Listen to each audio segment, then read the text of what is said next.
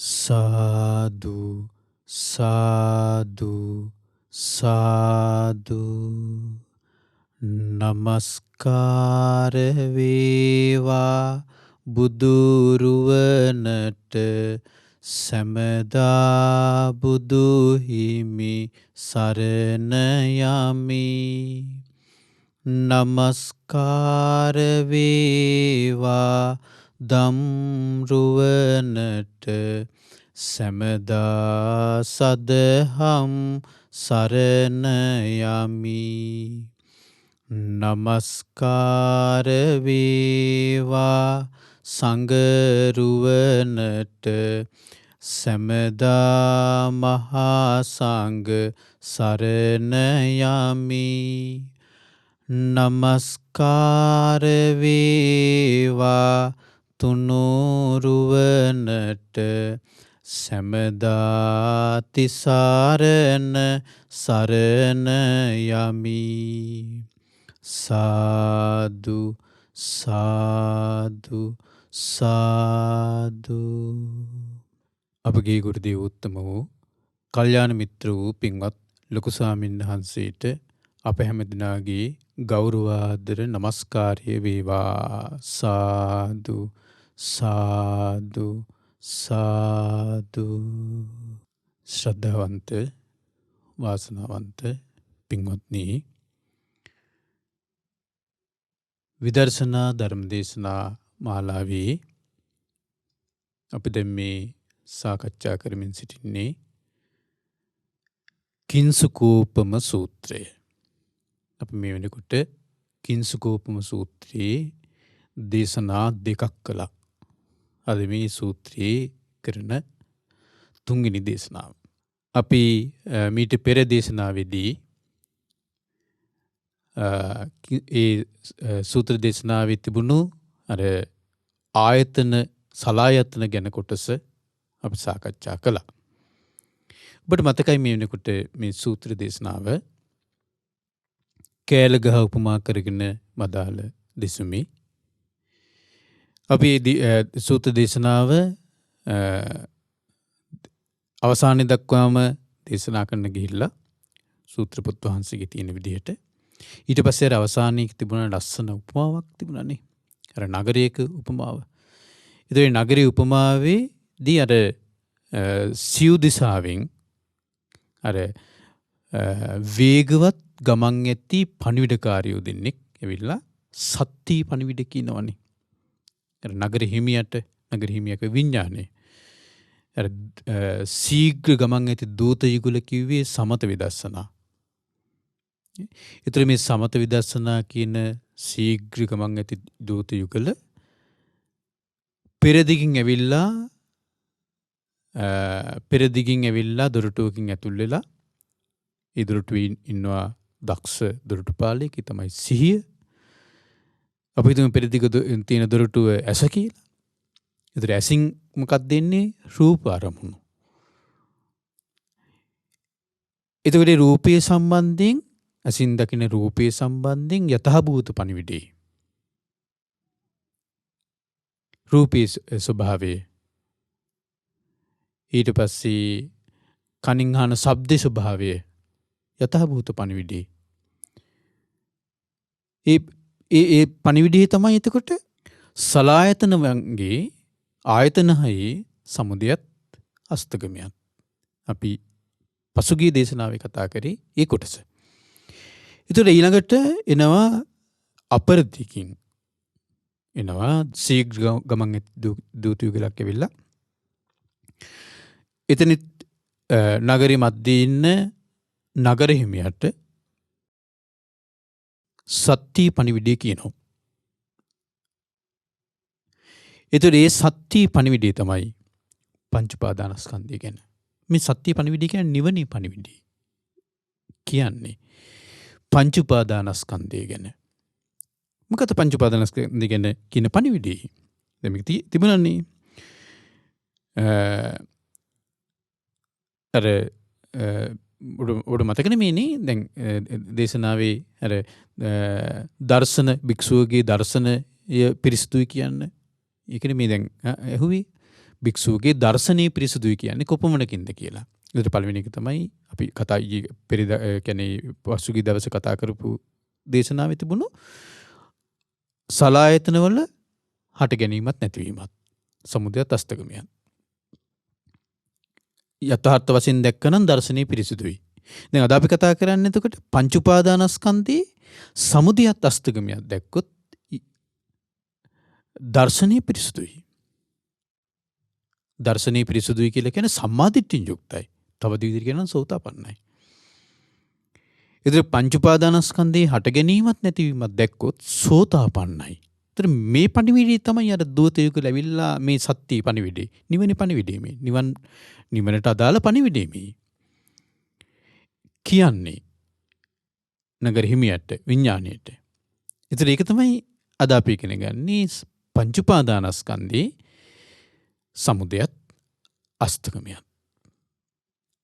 එතකොට අපි දැන් පංච උපාදානස්කන්ධය ගැන ගොඩාක් දේශනා මේනකොට කතා කළා. ඒතර මේක ඔබට එතකොට දැන් මේනකොට 아무තු දෙයක් නෙවෙයි පංච උපාදානස්කන්ධය. පංච උපාදානස්කන්ධය කියන්නේ රූප, වේදනා, සංඥා, සංකාර, විඥාන කියන මේ පංච උපාදානස්කන්ධය. එතකොට මේ පංච උපාදානස්කන්ධයේ සමුදයත් අස්තගමයත් යම් කිසි කෙනෙක් දකින්නවා කියලා කියන්නේ මොකක්ද? ඒ දකින්නේ පංච උපාදානස්කන්ධේ අනිත්‍යය. සමුදයයි ඒ කියන්නේ හට ගැනීමයි, අස්තගමය කියන්නේ නැතිවීමයි. හට ගැනීමත් නැතිවීමත් දකින්නවා නම් ඒ දකින්නේ අනිත්‍යය. මේ හට ගැනීමයි නැතිවීමයි දකින්නේ නැති නිසා තමයි නිට්ටයයි කියන සංකල්පෙට එන්නේ. දැන් අපිට තියෙන්නේ නිට්ටයයි කියන සංඥාව. බුදුරජාණන් දේශනා කරන. ඒතර මේක විපරීත සංඥාවක්. හරි? විපරීත සංඥාවක් අපිට තියෙන්නේ. ඇයි ඒ? සමුදයයි ඒ කියන්නේ හට ගැනීමයි නැතිවීමයි අපි දකින්නේ. දැන් ඇසේ හට ගැනීමයි නැතිවීමයි දකින්නේ. ඒක නිසා අපිට ඇස නිට්ටයයි කියලා සංඥාවක් තියෙනවා. විපරීත සංඥාවක්. සංඥා විපල්ලාසයක්.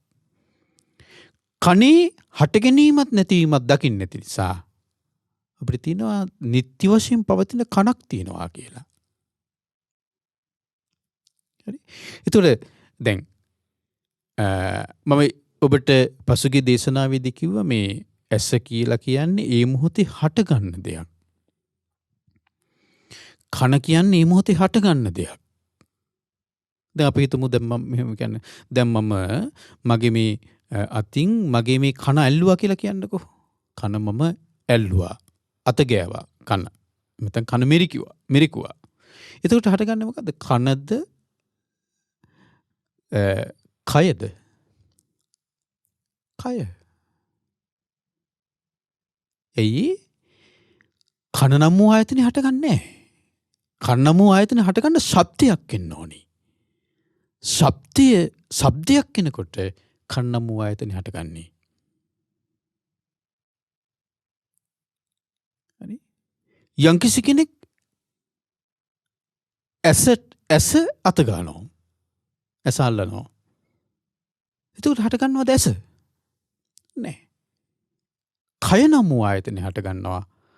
ඇස හටගන්නේ රූපයක් පෙනීම තුළ. රූපේ පේන මොහොතේ හටගන්නේ ඇස. රූපකින් තොරව ඇසක් නෑ.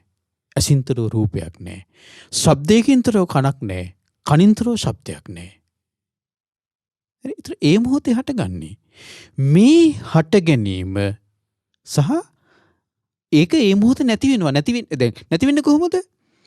රූපය ගැන මානසිකාර්ය වෙනස් වෙද්දී අපේ ඇස ඉස්සරහා තියෙන රූපේ සම්බන්ධයෙන් තියෙන මානසිකාර්ය වෙනස් වෙද්දී විඥානය වෙනස් වෙනවා. හරි? විඥානය වෙනස් වෙනකොට ඔන්න ඇසයි රූපයයි අර විඥානය එකතු වෙලා තිබුණානේ. ඒක ඔන්න වෙනස් දැන්. දැන් ස්පර්ශ වෙනස්. ඒතර ඒ වේදනාව වෙනස් ස්පර්ශයෙන් හටගන්න. වේදනාව වෙනස්. සංඥා වෙනස්. හරි? එහෙනම් ඔන්න ඒ වෙනස් වෙනකොට අර හටගත්තු ඇස වෙනස් වෙලා. විපරිණාමයටපත් වෙලා. වෙනස් වෙලා ඒ ඇස. සමහරට අපි රූපයක් දකිනවා. රූපයේ දකිනකොට ඒ ඇස හටගන්න ඕන ඇස නමු ආයතනය හටගත්ත කියන්නේ ඒ මොහොතේ. ඒ මොහොතේම ඔන්න ශබ්දයක් ඇහෙනවා. ශබ්දය ඇහෙනකොට ඇස නමු ආයතනය නිරුද්ධ වෙලා. සද්ද අපිට ඇහුණා කියලා කියන්නේ ඇස නමු ආයතනය නිරුද්ධ වෙලා. ඇයි? විඥාණය එක මොහොතක හටගන්නේ එක ආයතනයක විතරයි.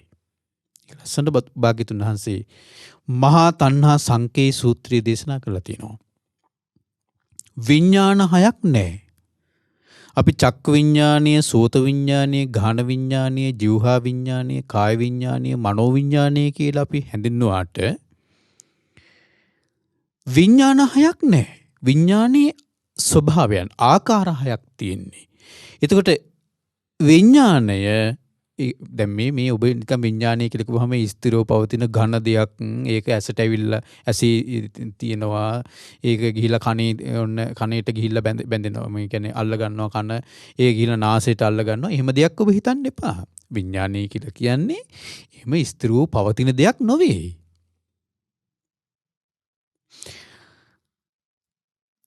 ඇස ඉස්සරහා තියෙන රූපය කෙරෙහි මානසිකාරය යොමු වෙද්දී ඇස ඉස්සරහට රූපයක් එනකොට ඒ කෙරෙහි මානසිකාරය යොමු වෙද්දී අර රූපය දැනගැනීමේ සිතක් උපදිනවා. රූපය දැනගැනීමේ සිතක් උපදිනවා. ඒ සිතට කියනවා චක්කු විඥානය කියලා. සිතක් විඥානය කියලා කියන්නේ. ඔන්න ඒ මොහොතේ ඒ මොහොතේ ඇසී තමයි ඒ සිත උපදිලා තියෙන්නේ. අර දකින රූපේ සම්බන්ධයෙන්. ඒක කියන චක්කු විඥානය කියලා. ඒ මොහොතේ ශබ්දයක් ඇහෙනකොට ඇසේ සිත උපදින්නේ නැහැ. ඒ ඇසේ ඉපදුණු සිත නිරුද්ධ වෙලා කණේ උපදිනවා. ඒකට කියනවා සෝත විඥානය කියලා. ශබ්දේ දැනගැනීමේ සිත සෝත විඥානය කියනවා. ඒ මොහොතේ ඇස නම් වූ ආයතන නිරුද්ධයි, කන නම් වූ ආයතන හටගත්තා. ඊට පස්සේ සමහර විට ඔන්නේ ඒක මේ දැන් ශබ්දයක් අහනකොට ඔන්න අපේ තමහට මధుරයක් විදිනවා. සමහරට මధుරයක් විදිනවා. එතකොට ඉක්මනින් ක්ෂණිකව ඔන්න කයේ අපිට කයේ හටගන්න ස්පර්ශය තුළින් ස්පර්ශයක් දැනෙන්න පටන් ගන්නවා. අර මధుරව වැහුවා. දැන් ස්පර්ශය දැනෙන්න පටන් ගන්නවා. දැනෙන්න පටන් ගන්නකොට කය නම් වූ ආයතන ඉපදුනා. කන නම් වූ ආයතන නිරුද්ධයි. ඇයි? කයේ විඥානයේ කයේ ස්පර්ශයේ දැනගැනීමේ සිත ඉපදුනා. ඒක කයේ අර ස්පර්ශයට අදාළව. එතකොට කනේ හටගත්තු ශබ්දයේ දැනගැනීමේ සිත නිරුද්ධ වෙලා. මහා තණ්හා සංකේ සූත්‍රයේ බුදුරජාණන් වහන්සේ ලස්සන උපමාවකින් දේශනා කරනවා. ගෙන්නක් තියෙනවා. ඒ ගින්න ඇතිවෙන්න උපකාර වන දේ ඔස්සේ ගින්න නම් කරනවා. බුදුරජාණන් දේශනා කරනවා තනකොළ එකතු කරලා තනකොළ වලින් නම් ගින්න හටගන්නේ. ඒ ගින්න හඳුන්වනවා තනකොළ ගින්න කියලා. ගොම වලින් නම් ගින්න හටගන්නේ. ඒ ගින්න අපි ගින්න හඳුන්වනවා කියනවා ගොම ගින්න කියලා. දර වලින් නම් ගින්න මේ හටගන්නේ. ඒක හඳුන්වනවා කියනවා දර ගින්න කියලා. ඊට පස්සේ කඩදාසි වලින් නම් ගින්න හටගන්නේ. ඒ ගින්න හඳුන්වනවා කියනවා කඩදාසි ගින්න කියලා. මේ විදිහට ගින්න හටගන්න හේතු වන උපකාර වන දේ අනුව ගින්න හඳුන්වනවා වගේ.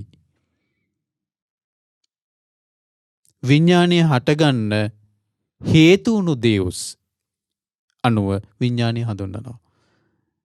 රූපේ නම් හේතුනේ රූපයට අදාළ නම් විඥානේ රූපයට අදාළ විඥානය හට ගන්න බෑනේ කනේ. ඒ විඥාන හට ගන්න ඕනේ ඇසේ. ඒක හඳුන්වනවා චක්කු විඥානය කියලා. ඊට පස්සේ ශබ්දයක් අපිට ඇහැට පේන්නේ නෑනේ. ශබ්දේ කනෙටම ඇහෙන්න ඕනි. හරි? ආන්න එතකොට ඒ ශබ්දයට අදාළ විඥානේ පිටන ශබ්දේ දැන ගැනීම සිත පිටන්නේ කනේ. ඒකට හඳුන්වනවා සෝත විඥානය කියලා. මේ විදිහට එතකොට ඔන්න එක මොහොතක එක ආයතනයයි හටගන්නේ. මම මේ ටික ඔබට ඇයි ආපහු කිව්වේ? ආයතනවල මේ හට ගැනීම නැතිවීම ඇයි ඔබට මං කිව්වේ? ඒක උපකාර වෙනවා අපිට පංච උපාදානස්කන්ධේ හට ගැනීම නැතිවීම දකින්න. ඇයි පංච උපාදානස්කන්ධය හටගන්නේ ආයතන 6 නිසා. පංච උපාදානස්කන්ධය හටගන්නේ ආයතන 6. පංච උපාදානස්කන්ධය හටගන්නේ. එතකොට ඔන්න බුදුරජාණන් වහන්සේ අපිට දේශනා කරලා තියෙනවන්නේ දැන් පංච උපාදානස්කන්ධේ පළවෙනි උපාදානස්කන්ධය තමයි රූපය. හරි? ඒතර රූපයේ සමුදය. රූපය හට ගැනීම. රූපේ සමුදය. ඒතර රූපේ සමුදය කියලා බුදුරජාණන් වහන්සේ මොකක්ද දේශනා කළේ? ආහාර සමුදය රූප සමුදය. ආහාර සමුදය රූප සමුදය. ආහාර කියලා කියන්නේ කබලින්කාර ආහාර විතරක් නොවේ. රූපේ සමුදය වෙන්න ආහාර කියලා කිව්වේ කබලින්කාර ආහාර විතරක් නොවේ. ආහාර වර්ග 4ක් තියෙනවා. අපි ඉගෙන ගත්තා ඉස්සෙල්ලා. ඒ ආහාර 4ම ඕනි රූපේ සමුදය වෙන්න. කබලින්කාර ආහාර, පස්ස ආහාර, මනෝ සංචේතන ආහාර, විඥාන ආහාර. ඒතර ඒ ආහාර 4ම හටගත්තු සත්‍යයේ පැවැත්ම පිණිසත් හටගන්න අනුග්‍රහයක් පිණිසත් උපකාර වෙන ආහාර 4ක්. ඒ ආහාර 4ම ඕනේ රූපේ හට ගැනීමට. හරි? එතකොට ඔන්න එහෙනම් මේ දැන් රූපයේ විදිහට මේ කය ගත මේ කයට ඕන වෙන්නේ මේ කබලින්කාර ආහාර. තමයි මේ කය හැදෙන්නේ. හැබැයි කය විතරක් නෙවෙයි රූපය. හරි? එතකොට දැන් කයේ පැවැත්මටත් ස්පර්ශ ආහාරය ඕනි. මේ කයේ පැවැත්මටත් ස්පර්ශ ආහාරය ඕනි. ඊට පස්සේ මේ කයේ පැවැත්මටත් මේ මනෝ සංචේතන ආහාරය ඕනි. විඥාන ආහාරය ඕනි. මේ කයේ පැවැත්මටත්. මොකද විඥානයේ චුත වුණාට පස්සේ මේ කයක් පවතින්නේ නැහැ. එහෙනම් විඥානය ඕනි මේ කයේ පැවැත්මටත්. ඊළඟට රූපය කියන එක රූප දැන් මේ පංච උපාදානස්කන්ධයට තියෙන රූපය කියන එක බුදුරජාණන් වහන්සේ දේශනා කළේ චත්තාරිච මහා භූතානි චතුන්නංච මහා භූතානං උපාදාය රූපං කියලා. සතර මහා භූතේනුත් සතර මහා භූතයන්ගේ උපාදායෙන් හටගන්න දේත් කියලා රූපය. හරි? එතකොට රූපය නිට්ටය නෑ. ඒක අනිත්‍යයි. කොහොමද අනිත්‍ය වෙන්නේ? ඒකට අපි බලන්න ඕනි ඇසී කනේ නාසී දිවේ කයේ මනසේ රූපය හටගන්න විදිය. අපි ඒක බලලා තියෙනවා මහාහත්තිපදෝපම සූත්‍රයේ. මේක අපි ඉස්සෙල්ලා කතා කළා මහාහත්තිපදෝපම සූත්‍රයේ. ඉතින් මේ මහාහත්තිපදෝපම සූත්‍රය අපිට මේකට ඉතාමත්ම වැදගත් සූත්‍ර දේශනාවක්. මේක නැවත අපිට ඉගෙන ගන්නත් ඒ සූත්‍රය අපිට ආපහු උපකාර වෙනවා. ඒක අපිට මතකයි මහාහත්තිපදෝපම සූත්‍රයේ සාරිපුත්ත මහ රහතන් වහන්සේ දේශනා කළා මේ රූපය කියන්නේ මෙන්න මේකටයි කියලා. ඉතින් මොකද්ද රූපය කිව්වේ? සාරිපුත්ත මහ රහතන් වහන්සේ දේශනා කළා අජ්ජත්තිකං චේව ආවුසෝ චක්කුං අපරිබින්නං හෝති. ආයෂ්මත්නි ආධ්‍යාත්මික ඇස බිඳිලා නැහැ. බාහිරාච රූපා න ආපාතං ආගච්ඡති. බාහිර රූප ඇස හමුවට පැමිණිලත් නැහැ. පැමිණලා නැහැ. ආධ්‍යාත්මික ඇස බිඳිලා නැහැ. ඒ කියන්නේ ඇස හොඳයි. හැබැයි බාහිර රූප ඇස හමුවට පැමිණලා නැහැ. නෝච තජ්ජෝ සමන්නාහාරෝ හෝති.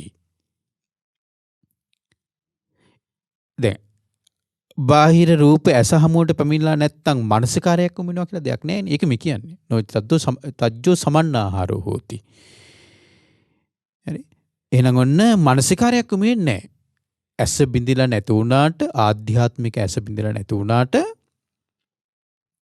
බාහිර රූප ඇස හමුවට පැමිණලා නැත්තම් ඒ කියන්නේ ආධ්‍යාත්මික ඇස බිඳිලා නැහැ කියලා කියන්නේ හරි චක්කු ප්‍රසාදය අර බාහිර රූපය ඡායාව පතිත වෙන ආපාතනය වෙන මේ චක්කු ප්‍රසාදය හොඳයි. හොඳ මට්ටමේ තියෙනවා කියන එකයි. හරි චක්කු ප්‍රසාදය හොඳ මට්ටමේ තියෙනවා. ඒක මුකුත් ආබාධයක් නැහැ. හැබැයි බාහිර රූපයක් ඇස ඉස්සරහට ඇවිල්ලා නැත්තම් ඒකේ මානසිකාරයක් නැහැ. ඉම්පස් සාරිපුත්ත මහරහතන් දේශනා කරන නේවතාව තජ්ජස්ස විඥාන භාගස්ස පාතු භාවෝ හෝති. ඊළඟට බාහිර රූපයක් ඇස ඉස්සරහට පැමිණලත් නැත්තම් ඒකට මානසිකාරය යොමු වෙලත් නැත්තම් විඥානය හට ගැනීමක් කියලා දෙයක් නැහැ. හරි විඥානය හට ගැනීමක් කියලා දෙයක් නැහැ. ඔන්න දැනට එක මතක තියාගන්නකෝ. ඔන්න විඥානයේ මොහොතේ ඇසී හට අරගෙන නැහැ. ඉන්පස්සේ ඊළඟ එක සාරිපුත්ත මහරහතන් දේශනා කරනවා අජ්ජත්තිකංචේව ආවුසු චක්කුං අපරිබින්නං හෝති. ආයුෂ්මත්නි ආධ්‍යාත්මික ඇස පිදිලා නැහැ. ඒ කියන්නේ චක්කු ප්‍රසාදයේ ඒ පටලය ඇසේ අර ඡායාව පතිතවන්නා වූ උපවත් වූ පටලය ඒක හොඳයි. ඒකට මුකුත් ප්‍රශ්නයක් වෙලා නැහැ. බාහිරාච රූපා ආපාතං ආගච්ඡති. බාහිර රූපයක් ඇස හමුවට පැමිණලා තියෙනවා. බාහිර රූපයක් ඇස හමුවට පැමිණලා තියෙනවා. නමුත් නේව තජ්ජෝව සමන්නාහාරෝ හෝති. මානසිකාර්ය යොමු වෙලා නැහැ. ඒ රූපය කෙරෙහි මානසිකාර්ය යොමු වෙලා නැහැ. නේව තජ්ජෝ සමන්නාහාරෝ හෝති. මානසිකාර්ය යොමු වෙලා නැහැ. එහෙනම් නේවතාව තජ්ජස්ස විඥාන භාගස්ස පාතු භාවෝ හෝති. මානසිකාර්ය යොමු වෙලා නැත්තම් ඇස ඉස්සරහා රූපයක් තිබුණත් විඥානේ පිහිටන්නේ නැහැ. විඥානේ පිහිටන්නේ නැහැ. ඔන්න ඒකත් මතක තියාගන්නකෝ දැනට. ඊළඟට සාරිපුත්ත මහරහතන් දේශනා කරන ඊළඟ අධීරය අජ්ජත්තිකංචේව ආවුසු චක්කුං අපරිබින්නං හෝති. ආයුෂ්මත්නි ආධ්‍යාත්මික ඇස බිඳිලා නැහැ. බාහිරාච රූපා ආපත්තං ආගච්ඡති. බාහිර රූප ඇස හමුවට පැමිණලා තියෙනවා. තජ්ජෝව සමන්නාහාරෝ හෝති. ඒ කෙරෙහි අවධානය මානසිකාරයත් යොමු වෙලා තියෙනවා. තජ්ජෝව සමන්නාහාරෝ හෝති. ඒ කෙරෙහි මානසිකාරයත් යොමු වෙලා තියෙනවා. සාරිපුත්ත මහරහතන් දේශනා කරනවා ඒවං තජ්ජස්ස විඥාන භාගස්ස පාතු භාවෝ හෝති. ඒවං තජ්ජස්ස විඥාන භාගස්ස පාතු භාවෝ හෝති. අන්න ඒ මොහොතේ ඇසේ විඥාණය පාතු භාවෝ හෝති පහළ වෙනවා. ඇසේ විඥාණය පහළ වෙනවා. කියන තියෙන පාතු භාවෝ හෝති කියන පහළ වෙනවා. කියන්නේ පිහිටනවා. ඇසේ විඥාණය පිහිටනවා. කොයි මොහොතේද? ආධ්‍යාත්මික ඇස බිඳිලා නැහැ. බාහිර රූපයේ ඇස හමුවට පැමිණලා තියෙනවා. මානසිකාරයේ යොමු වෙන මොහොතේ. මානසිකාරය යොමු නොවුනනම් විඥාණය පිහිටන්නේ නැහැ. දෙවෙනි අවස්ථාවේ තිබුණේ. ඇස ඉස්සරහා රූපේ තිබුණත් මානසිකාරය යොමු නොවුනා නම් විඥාණය පිහිටන්නේ නැහැ. දැන් තුන්වෙනි අවස්ථාව කියනවා මානසිකාරයත් යොමු වුණා ඒ සම්බන්ධයෙන් මානසිකාරයත් යොමු වුණා. දැන් විඥාණය ඔන්න පිහිටියා. ඇසි යන් තථා භූතස්ස රූපං යන් තථා භූතස්ස රූපං රූපෝපාදානස්කන්ධේ සංඝං ගච්ඡති. තන් තථා භූතස්ස රූපං රූපෝපාදානස්කන්ධේ සංඝං ගච්ඡති. ඒ මොහොතේ ඒ කෙනාගේ යම් රූපයක් ඇත්ත.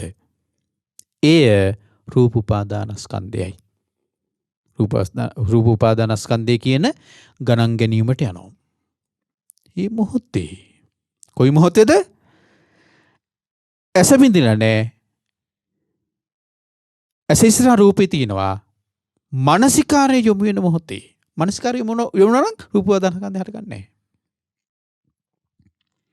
මානසිකාරය යොමු නොවුනා නම් රූප උපාදානස්කන්ධය හටගන්නේ නැහැ. ඒක මතක තියාගන්න හොඳට. මානසිකාරය යොමු නොවුනා නම් රූප උපාදානස්කන්ධය හටගන්නේ නැහැ. මානසිකාරය යොමු වෙන මොහොතේ විඥානය පිහිටනවා.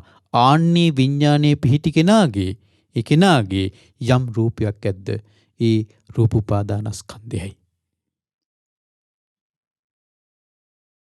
එතකොට මානසිකාරය වෙනස් වෙනකොට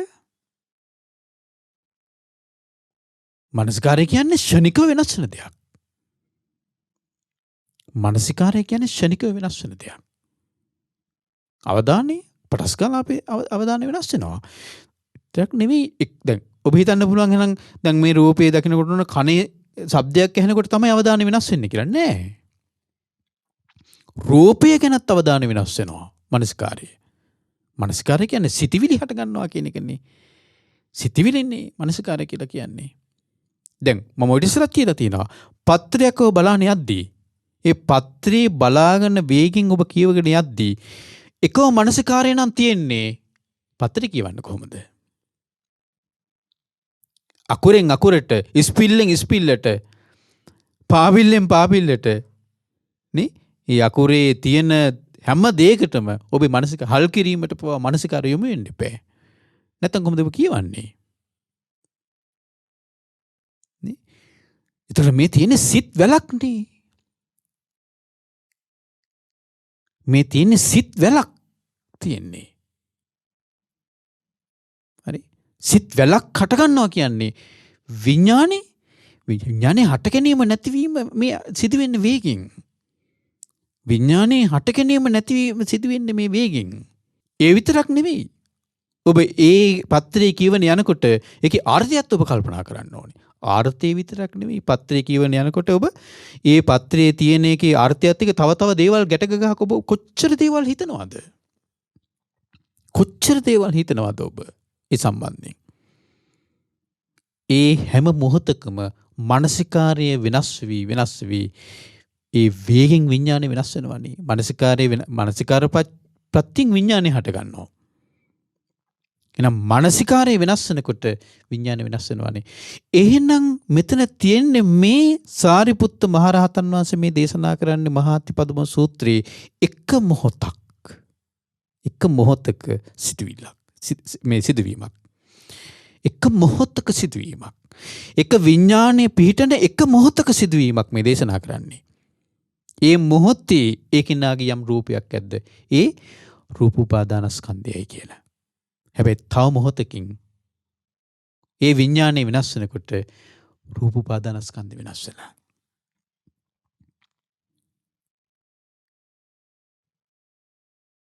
තව මොහොතකින් විඥානය වෙනස් වෙනකොට රූප උපාදානස්කන්ධය වෙනස් වෙලා. ඒ මොහොතට අදාළ තමයි සාරිපුත්ත මහරහතන් දේශනා කරන්නේ.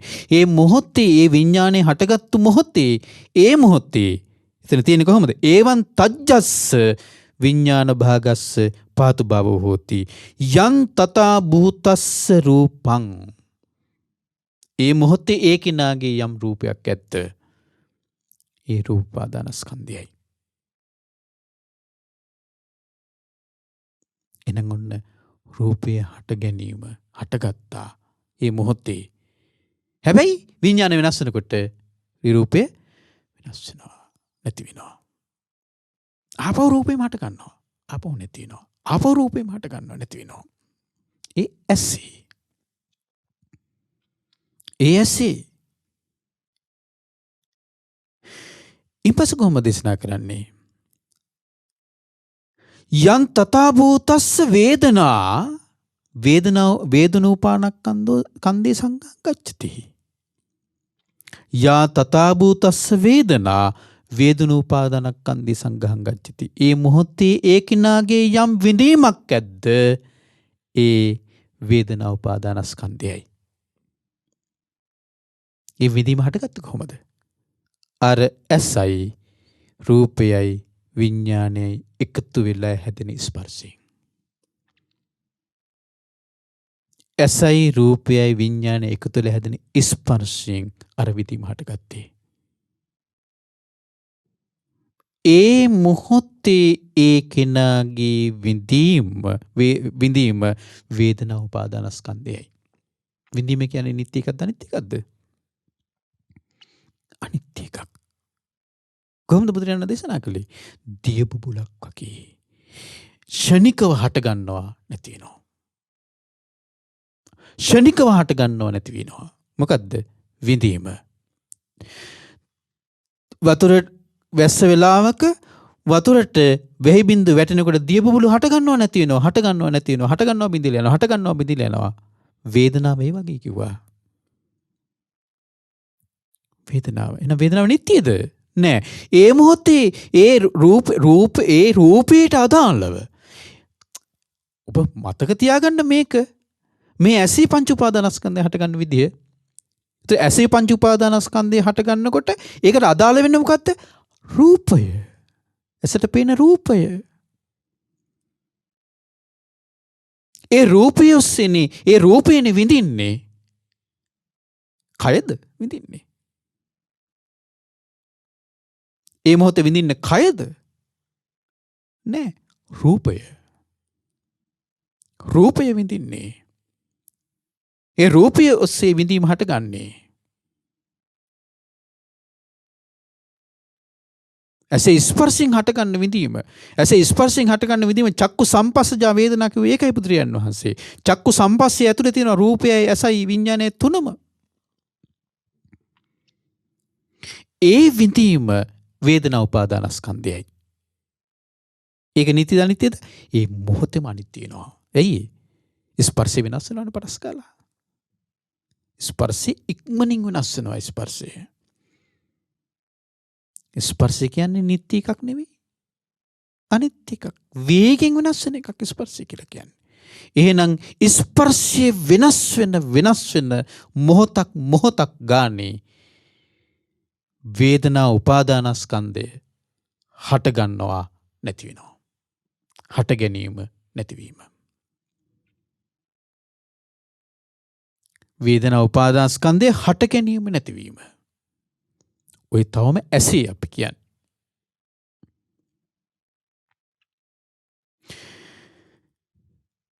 යා තථාභූතස්ස සංඥා සංඤූපාදානස්කන්ධේ සංඝං ගච්ඡති. ඒ මොහොතේ කෙනාගේ යම් සංඥාවක් ඇද්ද ඒ සංඥා උපාදානස්කන්ධයයි කියන ගණනය කිරීමට එනවා. සංඥාව හටගන්නෙත් මොකෙන්ද? ස්පර්ශයේ ප්‍රත්‍යයෙන්. ස්පර්ශයේ වෙනස් වෙන මොහොතක් පාසා ඒ ශීඝ්‍රතාවෙන් සංඥා උපාදානස්කන්ධය වෙනස් වෙනවා. සංඥා උපාදානස්කන්ධය වෙනස් වෙනවා. ස්පර්ශයේ ප්‍රත්‍යයෙන්. යේ තථා භූතස්ස සංඛාරා සංඛාරූපාදානස්කන්ධේ සංඝං ගච්ඡති. ඒ මොහොතේ ඒ කෙනාගේ යම් චේතනාවක් ඇද්ද සංස්කාරයක් ඇද්ද ඒ සංස්කාර උපාදානස්කන්ධයයි. චේතනා ඒත් ස්පර්ශ ප්‍රත්‍යයෙන්. චේතනාව ස්පර්ශ ප්‍රත්‍යයෙන්. ස්පර්ශය වෙනස් වෙන ශීඝ්‍රතාවයෙන් ඒ කෙනාගේ චේතනාව වෙනස් වෙනවා. එහෙනම් චේතනාව හට ගැනීම නැතිවීම නෙවෙයිද මේ? චේතනාව ඇති වෙන ස්පර්ශය වෙනස් වෙන ශීඝ්‍රතාවයෙන් චේතනාව හට ගන්නව නැති වෙනවා. හට ගන්නව නැති වෙනවා. වෙනස් වෙනවා. ඒ හට ගැනීම නැතිවීම නෙවෙයිද? යන් තථා භූතස්ස විඥානං විඥානෝපාදානස්කන්ධේ සංඝං ගච්ඡති. ඒ මොහොතේ ඒ කෙනාගේ යම් විඥානයක් ඇද්ද ඒ විඥානෝපාදානස්කන්ධයයි කියන ගණන් ගැනීමට එනවා. ඒතර විඥානය මනස්කාරපත්තියෙන් වෙනස් වෙන එක විඥානය. යන් තථා භූතස්ස විඥානං විඥානෝපාදානස්කන්ධේ සංඝං ගච්ඡති. ඒ මොහොතේ ඒ කෙනාගේ යම් විඥානයක් ඇද්ද ඒ විඥානෝපාදානස්කන්ධයයි කියන ගණන් ගැනීමට එනවා. විඥානය කියන්නේ වේගින් වෙනස් වෙන එකක් නේ. අර රූපය ගැන මානසිකාරයේ වෙනස් වෙන වේගින් ඒ රූපය ඇසේ හටගන්න විඥානය වෙනස් වෙනවා. රූපය ගැන එකම රූපය ගැන අපිට මානසිකාරය වෙනස් වෙන්නේ නැද්ද? එකම රූපය ගැන මානසිකාරය වෙනස් වෙන්නේ නැද්ද? අපි හිතමු මල් පොකුරක් බලනවා අපි. මල් පොකුරක් දිහා බලා ඉන්නවා කියන්නකෝ. ඒක තමයි රූපය කියලා හිතන්න. මල් පොකුරක්. එහෙම නැත්නම් අපි හිතමු යම් ෆොටෝ එකක් තියෙනවා. ඒ ෆොටෝ එකේ තමයි ඉස්සරහ තියෙන රූපය කියලා කියන්න. ඉතින් ෆොටෝ එකේ අපි මානසිකාරය වෙනස් වෙන්නේ නැද්ද? මානසිකාරය වෙනස් වෙන්නේ නැත්නම් කොහොමද ෆොටෝ එකේ අපි හැම දෙයක්ම දකින්නේ? මානසිකාරය වෙනස් වෙන්නේ නැත්නම් ෆොටෝ එකේ අපි ඇහැ වැටුනේ ඇහැ මුලින්ම මේ අපේ ඇස් දෙක එල්ල වුණේ ෆොටෝ එකේ නලලට නම් නලලේම තියෙන්න ඕනේ මානසිකාරය. එහෙම තියන්නේ. ෆොටෝ එකේ අපි හැම දෙයක්ම දකිනවා. නලල මෙහිමයි, ඇස් දෙක මෙහිමයි, ෆොටෝ එකේ ලස්සනයි ඇස් දෙක. ඊට පස්සේ නාසය මෙහිමයි, ලස්සනට hina වෙලා ඉන්නේ, කෙස් ටික මෙහිමයි, ඇඳුම ඇඳගෙන හිටියේ මෙහිමයි. මේ ඔක්කොම දකින්නෝනේ අපි ෆොටෝ එකේ. ඒකට මේ ෆොටෝ එකේ ඒ වේගෙන් මොකද්ද? ඇසේ විඥානය වෙනස් වෙනවා. ඒ මානසිකාරය වෙනස් වෙන වේගෙන්. ඇසේ විඥානය හට ගන්නව නැති වෙනවා.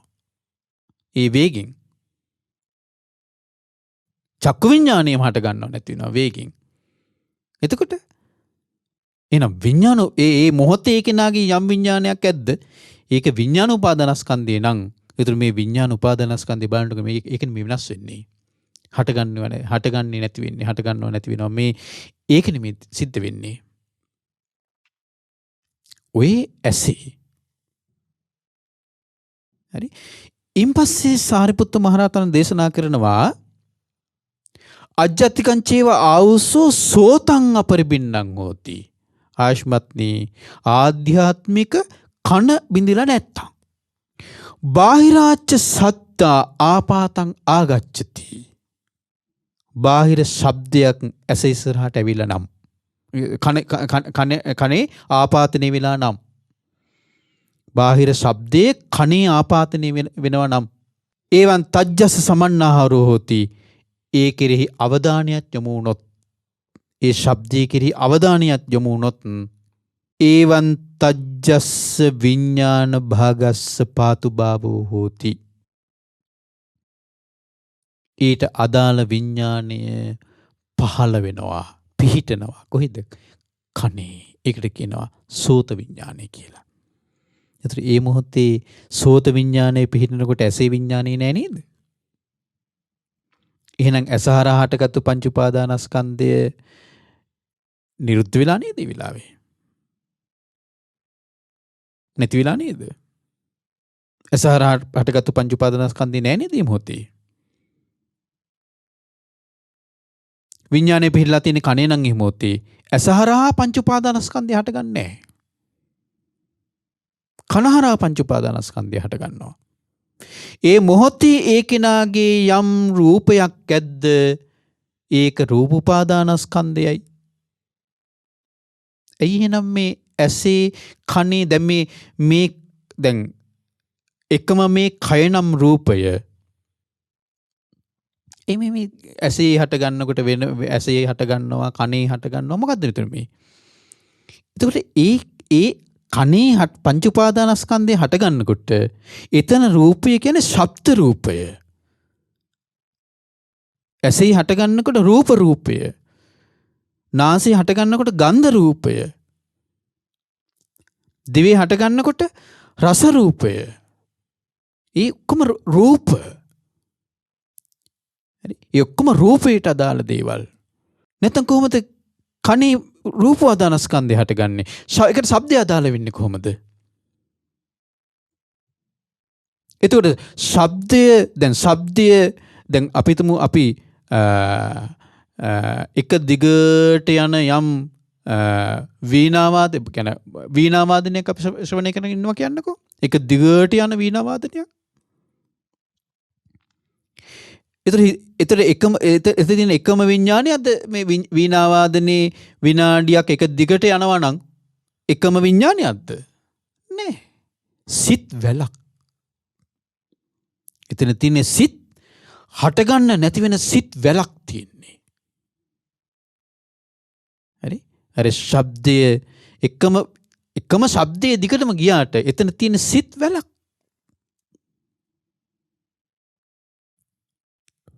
හරි විඥානේ හට ගැනීම නැතිවීමක් මේ තියෙන්නේ. ඒතර ඒ වේගෙන් කණේ හටගන්න පංච උපාදාන රූප උපාදානස්කන්ධය වෙනස් වෙනවා. හට ගන්නව නැති වෙනවා.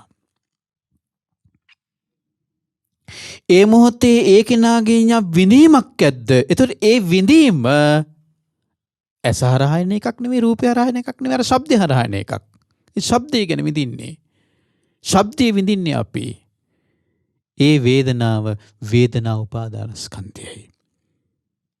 ඒ සංඥාව ඒ ශබ්දය හඳුන ගැනීම සංඥා උපාදානස්කන්ධයයි. ඒ ශබ්දය ගැන චේතනා පහළ වීම සංස්කාර උපාදානස්කන්ධයයි. ඒ මොහොතේ කෙනාගේ යම් විඥානයක් ඇද්ද ඒ විඥාන උපාදානස්කන්ධයයි. මෙනම් හොඳට ඔබ තේරුම් ගන්න මේක.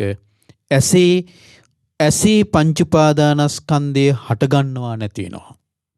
හට ගැනීමක් නැතිවීමක් තියෙන්නේ. කනේ පංච උපාදානස්කන්ධය හට ගැනීමක් නැතිවීමක් තියෙන්නේ. නාසයේ දිවේ කයේ මනසේ පංච උපාදානස්කන්ධය හට ගැනීමක් නැතිවීමක් තියෙන්නේ. පංච උපාදානස්කන්ධය හටගන්නේ වෙන ලෝකයක වෙන කොහෙවත් නෙවෙයි. ඇසේ, කනේ, නාසයේ දිවේ කයේ මනසේ. ඔතනින් එහා කොහෙවත් පංච උපාදානස්කන්ධය හටගන්නේ නැහැ. පංච උපාදානස්කන්ධය කියන්නේ එහෙම නැතුව මේ ස්ථිරව තියෙන එකක් නෙවෙයි. රූප උපාදානස්කන්ධය කියන්නේ ස්ථිරව තියෙන එකක් නෙවෙයි. හරි? ස්ථිරව පවතින එකක් නෙවෙයි රූප උපාදානස්කන්ධය කියන්නේ හටගන්නේ නැති වෙන එකක්. වේදනා උපාදානස්කන්ධය කියලා කියන්නේ ස්ථිරව තියෙන එකක් නෙවෙයි. හටගන්නේ නැති වෙන එකක්. සංඥා සංකාර විඥාන උපාදානස්කන්ධ ස්ථිරව තියෙන දේවල් නෙවෙයි හටගන්න දේවල්. සංයුත්ත නිකාය 2 මෝලිය පග්ගුණ සූත්‍රය කියලා සූත්‍රයක් තියෙනවා.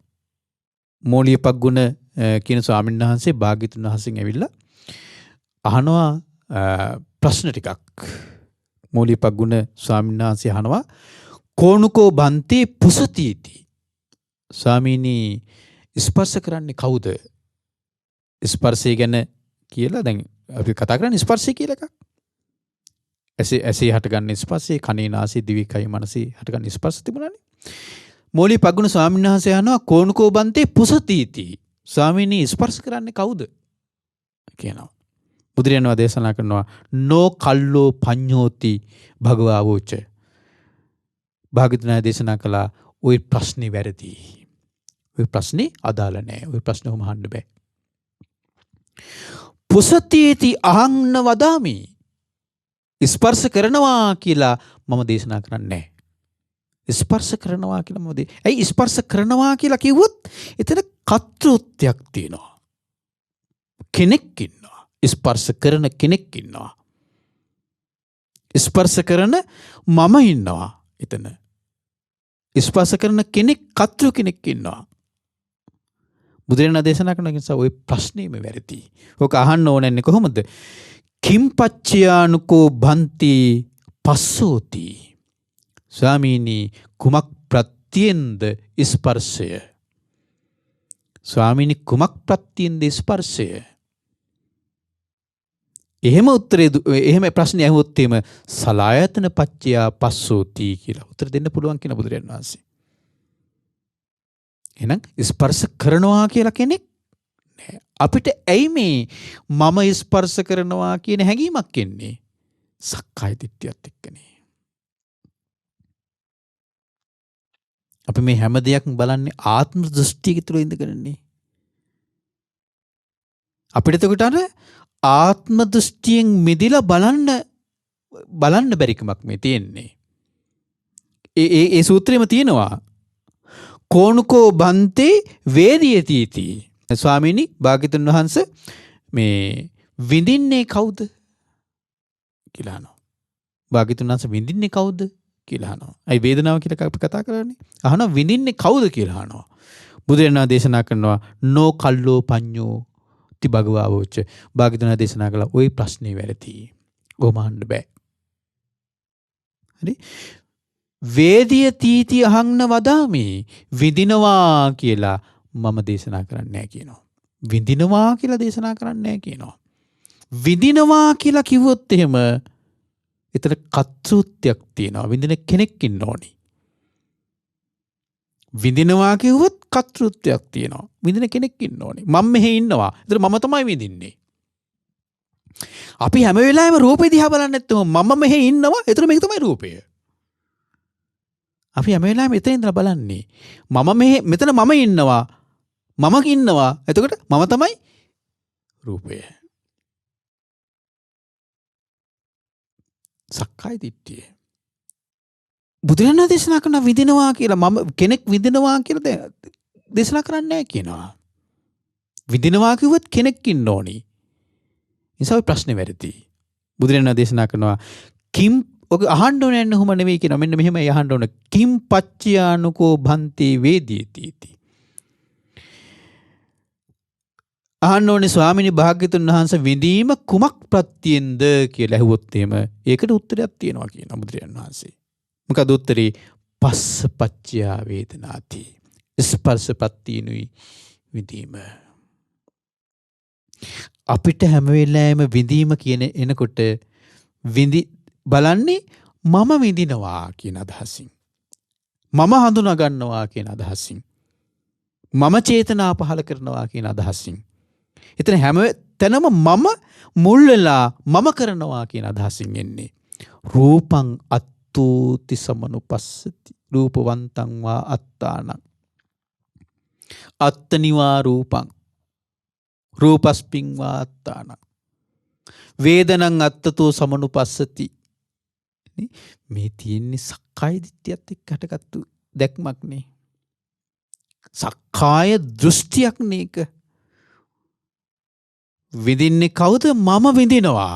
එතකොට මෙහි මම හැම වෙලාවෙම අල්ලගෙන මම තමයි විඳින්නේ. එතකොට බුදුරණන් දේශනා කරන ඔක වැරදි.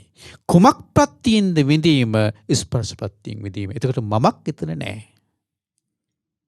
විඳින්නෙක් එතන නැහැ. මමක් එතන නැහැ. කුමක් ප්‍රත්‍යින්ද රූපය? ආහාර සමුදය රූප සමුදයෝ. මමක් එතන නැහැ.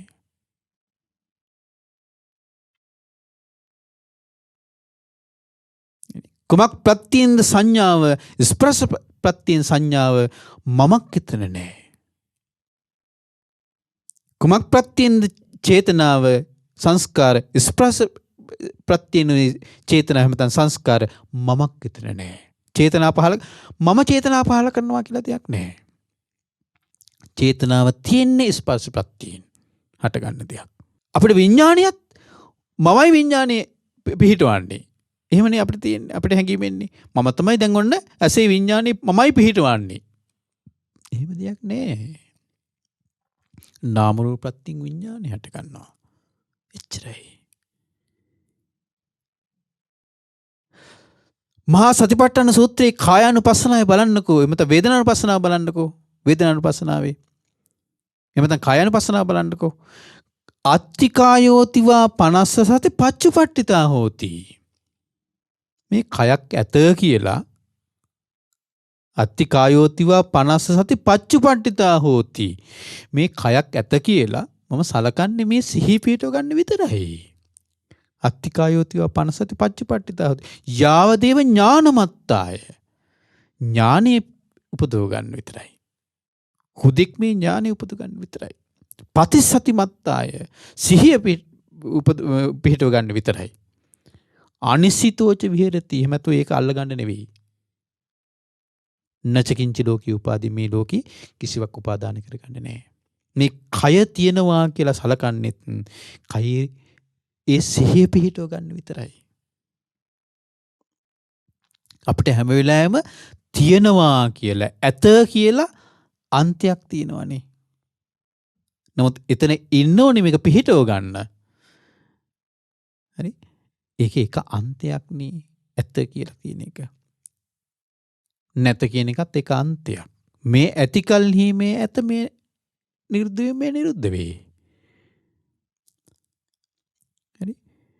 දැන් ඔතෙන් එන්න බැරිකම මේ තියෙන්නේ. ඒක නිසා පින්වත්නි, එහෙනම් ඔන්න රූපේ හට ගැනීම නැතිවීම දකින්න කියනවා. වේදනාවේ හට ගැනීම නැතිවීම, සංඥාවේ හට ගැනීම නැතිවීම, සංස්කාරයේ විඥානයේ හට ගැනීම නැතිවීම. එතන මේක දැකීම තමයි ප්‍රඥාව කියලා කියන්නේ. ඒකෙන් ප්‍රඥාව බුදුරජාණන් වහන්සේ විස්තර කළේ උද්‍යත්ත ගාමිනියා පඤ්ඤාය සමන්නාගතු අරියාය නිබ්බේධිකාය සම්මා දුක්ඛක්ඛේ ගාමිනියා කියලා. උදය කියලා කියන හට ගැනීම. විය කියලා කියන්නේ අත්ත කියලා කිව්වේ අත්ත කිව්වේ නැතිවීම. උදය අත්ත උදයත්ත. එමෙත උදයව්‍ය. ඒක තමයි හට ගැනීම නැතිව. මොකේද? පංච උපාදානස්කන්ධේ. අනිච්ච සංඥා සූත්‍රය බලන්නකෝ ඔබ ගිහිල්ලා සංයුත්ත නිකායේ 3 අනිච්ච සංඥා සූත්‍රය. එතනක් තියෙන්නේ මේ තමයි රූපේ, මේ තමයි රූපේ හට ගැනීම, මේ තමයි රූපේ නිරුද්ධ වීම. මේ තුන දකින්න කියනවා. මේ තමයි වේදනාව, මේ තමයි වේදනාවේ හට ගැනීම, මේ තමයි වේදනාවේ මේ නිරුද්ධ වීම. මෙහෙම කියන අනිත්‍ය බලන්නේ. එතන අනිත්‍ය සංඥාව. හරි. එහෙනම් මේ හැම දෙයකින්ම එතකොට මොකද්ද හට ගැනීම නැතිව තුලින් අපිට තේරෙන්නේ අනිත්‍යයි කියලා. රූප වේදනා සංඥා සංකාර විඥාන අනිත්‍යයි කියලා. හට ගැනීම දකින්නවා නම් මෙන්න හට ගැනීම කියලා. ඊට පස්සේ නැතිවීම දකින්නවා නම් මෙන්න දැන් හටගත්තු දේ නැහැ කියලා. එතට තුළ අනිත්‍ය දකින්නේ. හරි. පංච උපාදානස්කන්ධේ අනිත්‍ය. හට ගැනීම නැතිවීම. ඔන්න එහෙනම් ඕකත් නිවනේ පණිවිඩයක්. ඔන්න ඔය නිවනේ සත්‍ය පණිවිඩය. සත්‍ය පණිවිඩය කවුරු හරි දන්නවා නම් අර ස්වාමීන් වහන්සේ කියන්නේ දෘෂ්ටිය පිරිසුදු වෙන්නේ කොහොමද කියලා අහන්න. එතකොට තමයි දෙවෙනි එක. මොකද්ද? ඔය පංච උපාදානස්කන්ධේ සමුදයත් අස්තගමයත් යම්කිසි කෙනෙක් දකිනවා නම් එයා සම්මාදිට්ඨියෙන් යුක්තයි. දෘෂ්ටිය පිරිසිදුයි යාගේ. හරි? දෘෂ්ටිය පිරිසිදුයි, දැක්ම පිරිසිදුයි. එනම් පින්වත්නි අපිට එතකොට මේ සම්මාදිට්ඨියෙන් යුක්ත දැක්ම පිරිසිදු වීම තුළින් තමයි ඉතිරි දේවල් අපිට මේ එතන ඉහට දියුණු කරගන්න පුළුවන්. දැක්ම පිරිසිදු වීම තුළ. එහෙනම් මෙතෙන් එන්න එපා අපි. එහෙනම් එතෙන් එන්න නම් ඔන්න ආයතන වල හට ගැනීම නැතිවීම දකින්න ඒ පැත්තෙන් දියුණු කරගන්න පුළුවන්. පංච උපාදානස්කන්ධේ හට ගැනීම නැතිවීම දැකලා ඒ පැත්තෙන් දියුණු කරගන්න පුළුවන්. අපිට තව තියෙනවා ධාතු වල හට ගැනීම නැතිවීම දැකීමත්. ඊට පස්සේ පටිච්චසමුප්පාදේ යංකී සමුදය ධම්මං සබ්බන්තං නිරෝධ ධම්මං කියන එක තේරුම් ගැනීමත්. ඒක අපි ඊළඟ දේශනාවේදී අපි තේරුම් ගන්න උත්සාහ කරමු. ඉතින් මේ පින්වත් සියලු දෙනාට මේ පංච උපාදානස්කන්ධේ සමුදයත් අස්තගමයත් හොඳට තේරුම් අරගෙන හොඳට ඒක මේ නුවණින් විදර්ශනා කරලා බලලා Tamanට ඒක දැක්මක් ඇති කරගන්න වාසනාව ලැබේවා. ඒ දෘෂ්ටිය පිරිසුදු කරගන්න වාසනාව ලැබේවා.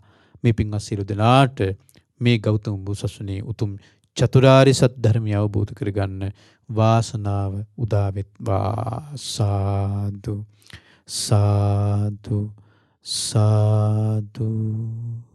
පින්වත්නි, අද දින විදර්ශනා සදහම් දේශනාව සඳහා අනුග්‍රහය දරන්නේ අනුරාධපුර දෙවන පියවර නොම්බර 1179 නිවසේ පදිංචි පින්වත් ආර්යම් ගුණරත් බණ්ඩා මහත්මයා, ප්‍රේමා හේරත් මහත්මිය, දියණිවරුන් දෙදෙනා සහ බෑනාවරු මුණුබුරු මිනිබිරියන් ඇතුළු පවුලේ සියලු දෙනා විසින්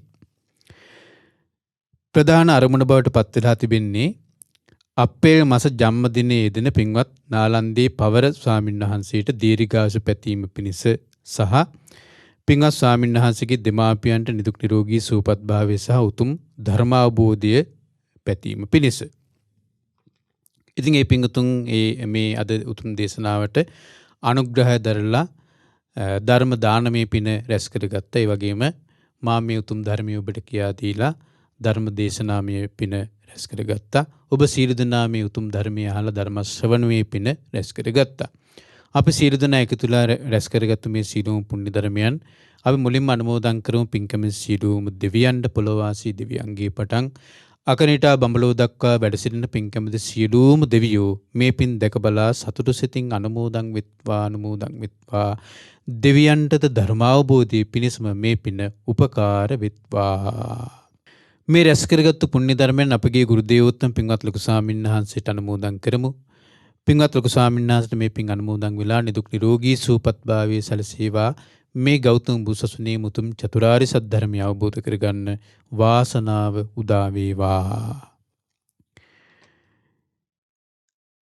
රැස් කරගත්තු පුණ්‍ය ධර්මයන් දායකත් දරූ සීල පින්වතුන්ගේ නමින් නන් අයුරින් උදව්පකාර කළ සීල පින්වතුන්ගේ නමින් අනන්ත සසර පුරාවට මිය පරලෝකයේ සීලූම ඥාතිහිත මිත්‍රාදීන්ට අනුමෝදන් වෙත්වා. ඒ මිය පරලෝකයේ ඥාතීන්ගේ පරලෝ ජීවිත සූපත් වෙත්වා, සපවත් වෙත්වා. වහ වහා සංසාර දුකින් අත් මිදෙන්න මේ පින උපකාර වෙත්වා. ඒ වගේම අද මේ ධර්ම දේශනාවේ දායකත්වයේ දරූ අනුරාධපුර දෙවන පියවරේ නම්බර 1179 නිවසේ පදිංචි පින්වත් ආර්.එම්. ගුණරත් බණ්ඩා පියාණන්, ඒ වගේම ප්‍රේමා හේරත් මෑණියන්, ඒ වගේම දියණිවරුන් දෙදෙනා සහ බෑනාවරු මුණුබුරු මිනිබිරියන් ඇතුළු පවුලේ සීලූම දෙනාටත්, ඒ වගේම අපගේ පින්වත් ඒ මෑණියන් පියාණන් ඇතුළු මගේ පවුලේ ඒ සීලූම ඥාතිත මිත්‍රාදීන් අම්මා අප්පච්චි ඇතුළු ඥාතිත මිත්‍රාදීන් සීලූම දෙනාටත් මේ පින් එකසේ අනුමෝදන් වෙත්වා. නිදුක් නිරෝගී සුවපත් භාවයේ සැලසෙත්වා. දීර්ඝායු සම්පන්නිය සැලසෙත්වා. මේ ගෞතම බුදුසසුනේ මුතුන් චතුරාර්ය සත්‍ය ධර්මය අවබෝධ කරගන්න වාසනාව උදා වෙත්වා. ඉතින් ඒ ධර්ම දේශනාවට දායකත්ව දරන්නේ පින්වතුන් මගේ උපන්දිනයේ වෙනුවෙනුත් ඒ ආශිර්වාද කරලා තිනවා. ඉතින් ඒ පින්වතුන්ට අපි පෙරලා ආශිර්වාද කරනවම ඒ පින්වත් සියලු දෙනාටමත් නිදුක් නිරෝගී සුවපත් භාවයේ දීර්ඝායු සම්පන්නිය සැලසෙත්වා කියලා. ඒ වගේම කොරෝනා වෛරසයේ හේතුවෙන් රෝගාතුරව සිටින ලංකාවාසී ලෝවාසී සීලූම දෙනාට නිදුක් නිරෝගී සුවපත් භාවයේ ප්‍රාර්ථනා කරනවා. දායකත්ව දරූ සීල පින්වතුන්ට නන් අයුරින් උදව්පකාර කළ සීල පින්වතුන්ට උතුම් ධර්මාවබෝධයේ පිණිස මේ පින උපකාර වෙත්වා. මහමෙවුනා වාසී සීල පින්වත් ස්වාමීන් වහන්සේලා ඇතුළු සීලෝම පින්වත් ස්වාමීන් වහන්සේලාටත්, අනගාരികා මෑණියන් වහන්සේලාටත්, පැවිදි අපේක්ෂක සීල දූපුතුන්ටත්, ශ්‍රද්ධා කාර්ය මණ්ඩලයේ සීලෝම දෙනාටත් මේ පින් අනුමෝදන් වේවා. ශ්‍රද්ධා මාසික ධර්මදාන සමාජිකාවන් සීලූම දෙනාට, ඔබ අප හැම දෙනාගේ ගුරුවර දෙමාපිය ඥාතිහිත මිත්‍රාදීන් සීලූම දෙනාටත් මේ පින් අනුමෝදන් වෙත්වා. නිදුක් නිරෝගී සුවපත් භාවයේ සැලසෙත්වා. මේ ගෞතම බුදුසසුනේ මුතුන් චතුරාර්ය සත්‍ය ධර්මය අවබෝධ කරගන්න හැම දෙනාටම වාසනාව උදා වෙත්වා. සාදු සාදු සාදු. හැම දෙනාටම තෙරුවන් සරණයි. නමෝ බුද්ධාය. මෙවැනි වටිනා ධර්ම දේශනා ශ්‍රවණය කිරීමට ශ්‍රද්ධා ඩේලි YouTube චැනලය සබ්ස්ක්‍රයිබ් කරන්න.